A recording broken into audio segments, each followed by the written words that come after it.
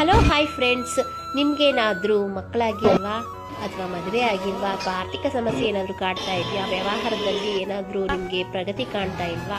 ಹಾಗಾದರೆ ಬನ್ನಿ, ನಾವಿವತ್ತು ಚಿಕ್ಕಬಳ್ಳಾಪುರ ಜಿಲ್ಲೆಯ ಗೌರಿಬಿದನೂರು ತಾಲೂಕಿನಲ್ಲಿರುವ ಪುರಾಣ ಹಾಗೂ ಇತಿಹಾಸ ಪ್ರಸಿದ್ಧವಾದ ಸ್ಥಳ ವಿದುರಾಶ್ವತ್ಥಕ್ಕೆ ಭೇಟಿ ನೀಡಿದ್ದೇವೆ. ಈ ಊರಿನಲ್ಲಿ ಬಳಿ ಇರುವ ದೊಡ್ಡ ಕುರುಗೋಡಿಯಲ್ಲಿ ದ್ವಾಪರ ಯುಗದಲ್ಲಿ ಶ್ರೀ ಮೈತ್ರೇಯ ಋಷಿಗಳಿಂದ ನೀಡಲ್ಪಟ್ಟಿತ್ತೆಂದು ಹೇಳಲಾಗುವ ಅಶ್ವತ್ಥ ವೃಕ್ಷ ಇದೆ.